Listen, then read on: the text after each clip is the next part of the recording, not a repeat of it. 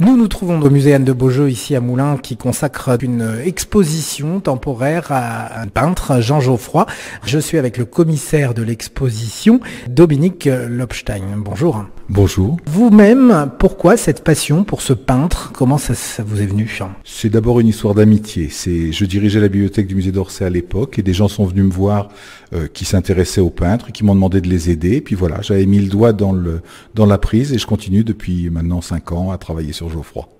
Alors Jean Geoffroy, ce personnage a eu un parcours assez étonnant, une enfance particulière.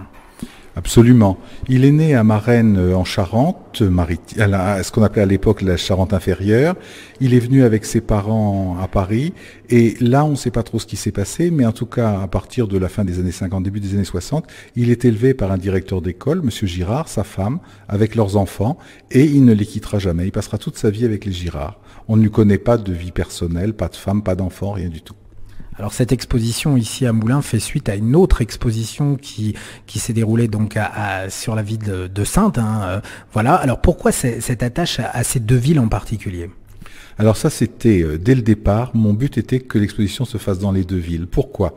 Parce qu'en 1893, Saintes a été la première ville de province à acheter un tableau de Geoffroy de son vivant.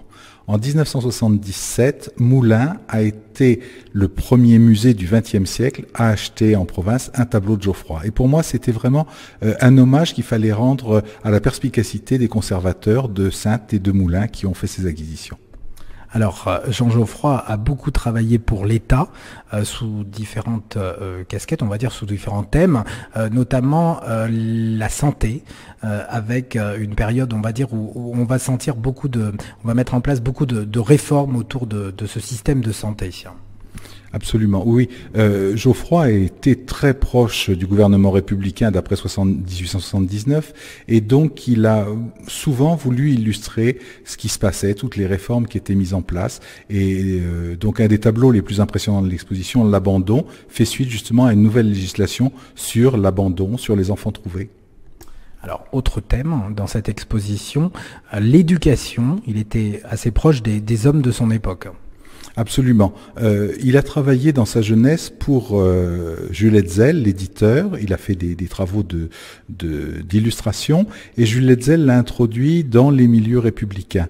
Et par ce biais, il a connu Jules Ferry, il a été proche de Ferdinand Buisson, donc proche de tous ces rénovateurs, ces novateurs de l'école de la fin du XIXe siècle, et il a illustré jour après jour leurs travaux. Alors c'est un artiste finalement qui a vécu de son art, de son vivant.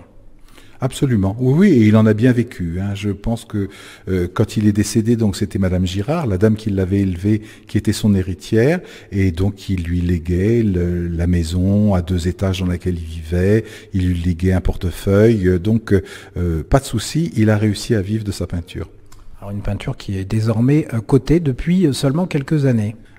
Pour la simple raison, je pense que pendant longtemps, on voyait très peu de Geoffroy sur le marché. Personne n'avait intérêt à vendre un artiste qui ne se vendait pas très bien.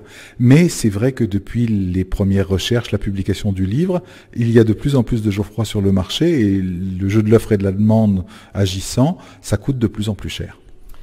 Je reviens sur Jean Geoffroy. Il était un petit peu coincé entre laïcité et catholicité.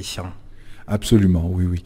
Il a reçu, mais comme tout bon Charentais du XIXe siècle, une éducation catholique qu'il n'abandonnera jamais. Ce qui l'a mis après 1905 en porte-à-faux, et même déjà avant 1905, en porte-à-faux avec ses amis républicains, puisque lui n'acceptait pas cette idée de séparation de l'Église et de l'État, laïcité des écoles et tout ça.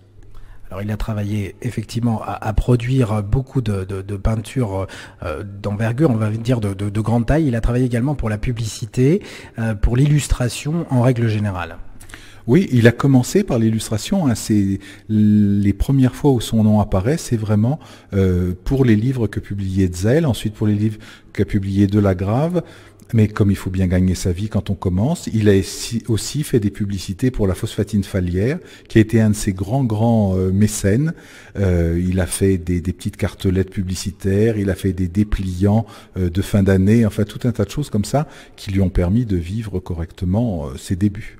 Alors, un thème revient régulièrement à travers les autres thèmes, c'est l'enfant. L'enfant qui est représenté un petit peu partout à travers son œuvre. Absolument. Vivre dans une famille dont le père dirige une école vous oblige à vivre avec des enfants. Et donc, il a eu toujours des enfants autour de lui. Et ça a été pour lui le moyen d'exprimer ses pensées, la politique, plein de choses. Alors, il y a quelques années, une exposition s'appelait Geoffroy, peintre de l'enfance.